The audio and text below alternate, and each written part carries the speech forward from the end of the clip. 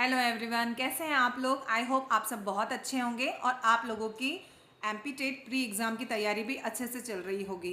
MP TET grade 3 का notification आ चुका है, तो आप लोग भी अपनी तैयारी को अच्छे से स्टार्ट कर दीजिए, है ना। आप लोग वेट मत कीजिए कि जब नोटिफिकेशन आएगा ग्रेड 1 का प्री एग्ज़ाम का तभी हम अपनी तैयारी शुरू करेंगे। ओके, तो आप अपनी तैयारी अभी से शुरू कीजिए। मैं पूरा टॉपिक बाय टॉपिक आपका सब कुछ क्लियर करवा रही हूँ, तो आप अपने तैयारी को मेरे साथ में शुरू कर सकते हैं। ओके, तो मैं आपको आज हमारे जो बचे हुए एमसीक्यूज़ का पार्ट है, ड्रीम चिल्ड्रन और एवरी के जो एमसीक्यूज़ बाकी बचे हुए थे हमारे, उसका सेकंड पार्ट मैं आज करवाने वाली हूँ आप लोगों को। आप लोग अगर चैनल पर नए हैं तो चैनल को सब्सक्राइब कीजिएगा, और वीडियो आपको कैसी लगती है प्लीज़ मुझे कमेंट करके बताइएगा। ओके, चलिए, तो हम लोग अपने 25 क्वेश्चंस तो कंप्लीट कर ही चुके थे ड्रीम चिल्ड्रन के।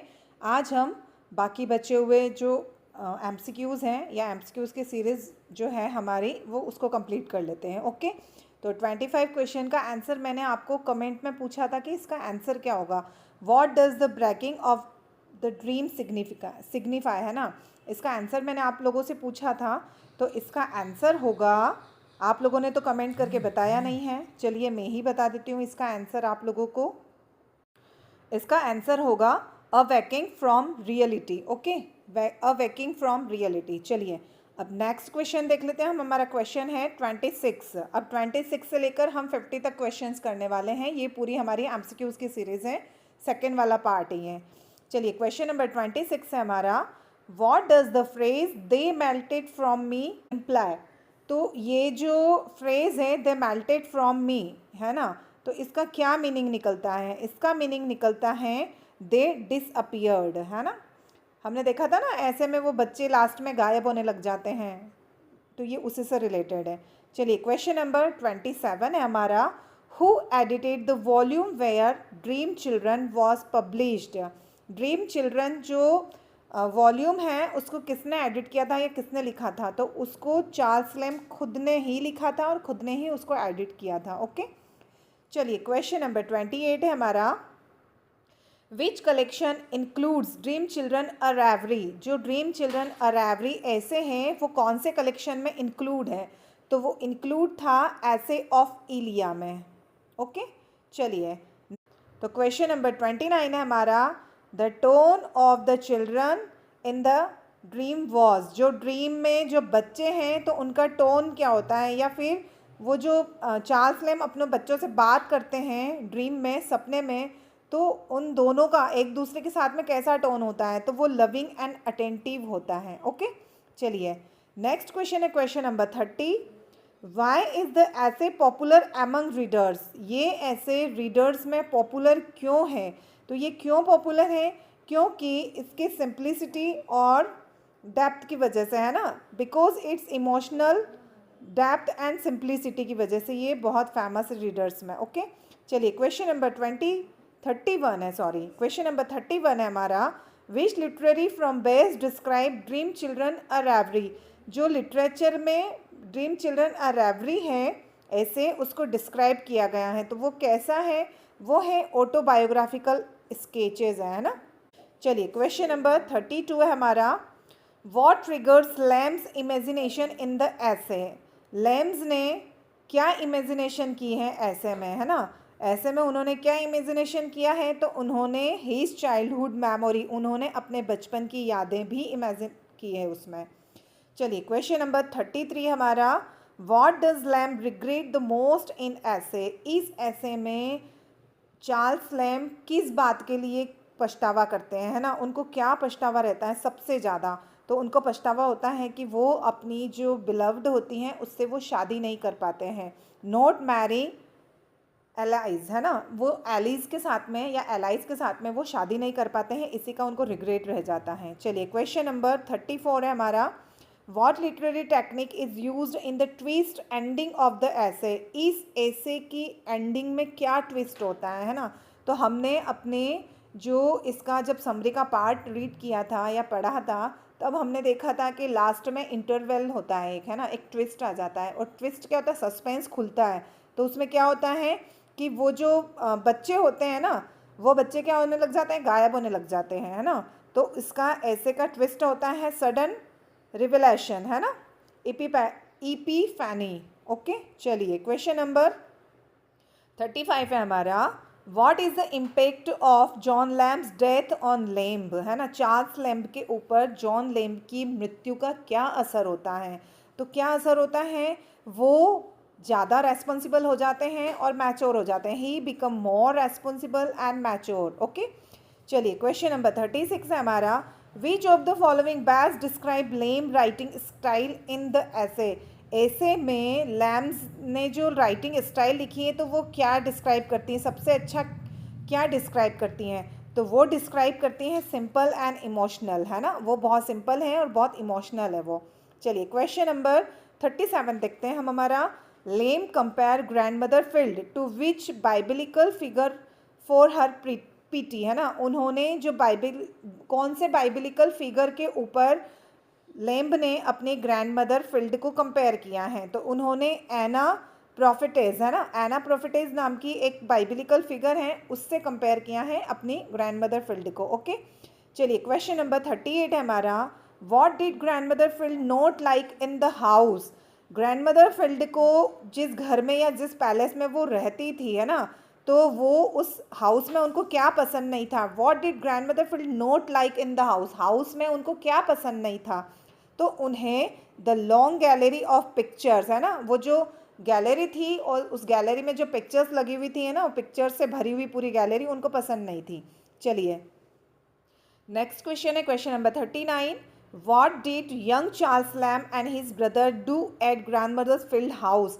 ग्रैंड मदर फील्ड्स के हाउस में चार्ल्स लैम्ब और उनके भाई जो थे वो क्या करते थे। तो वो क्या करते थे, प्लेड एंड रोम्ड फ्रीली, है ना, वो क्या करते थे, वहाँ खेलते थे और घूमते थे चारों तरफ।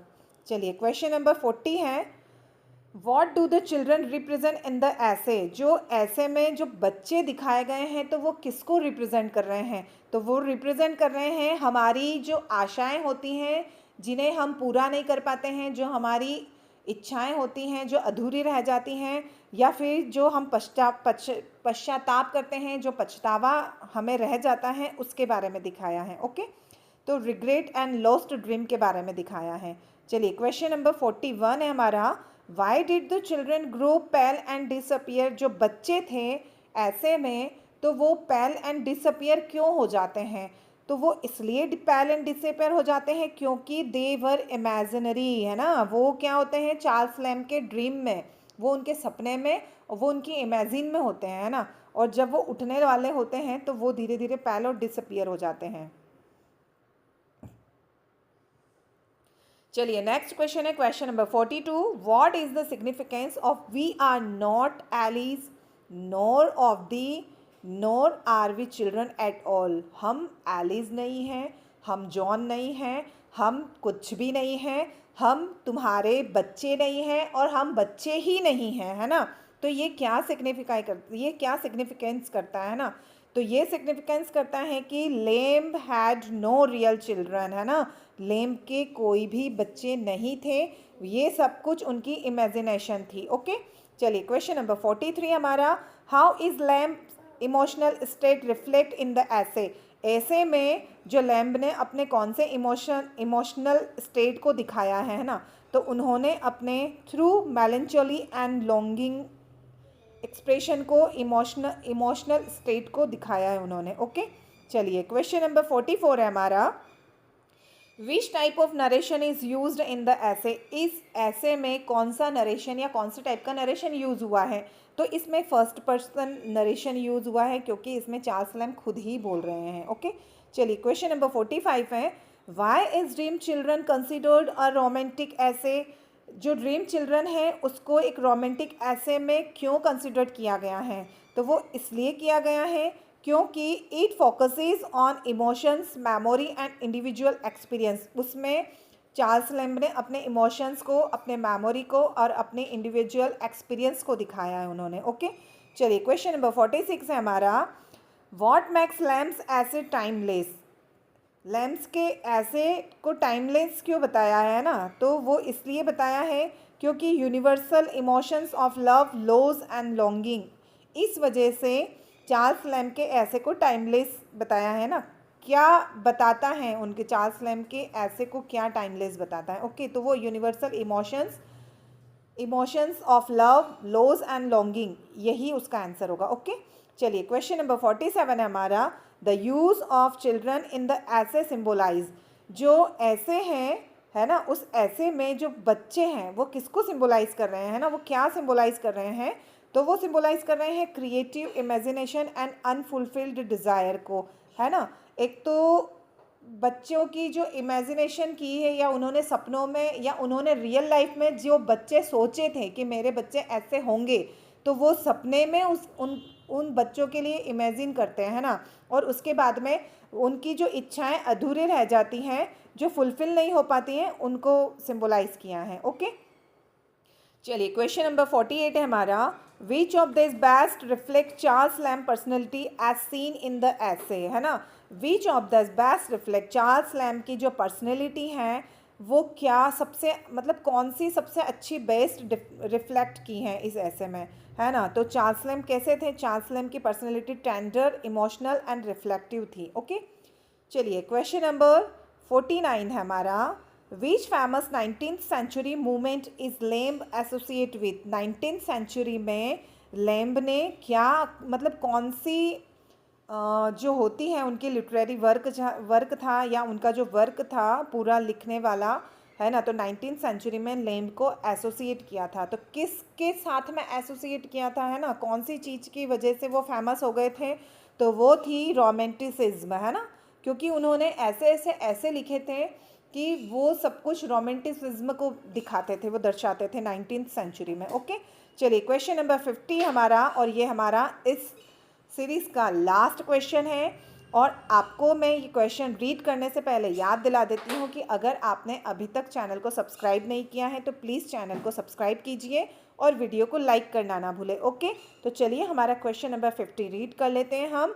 Y is dream children a classic in English literature. English literature में ड्रीम चिल्ड्रन क्लासिक क्यों है? तो इसका आंसर आप मुझे प्लीज़ कमेंट बॉक्स में करके बताइएगा। ओके, चलिए, तो हमारा पूरा एमसीक्यूज़ का पार्ट यहीं फिनिश होता है, और ये हमारा ड्रीम चिल्ड्रन और रैवरी का सेकंड पार्ट है। ओके, चलिए, थैंक यू, बाय बाय।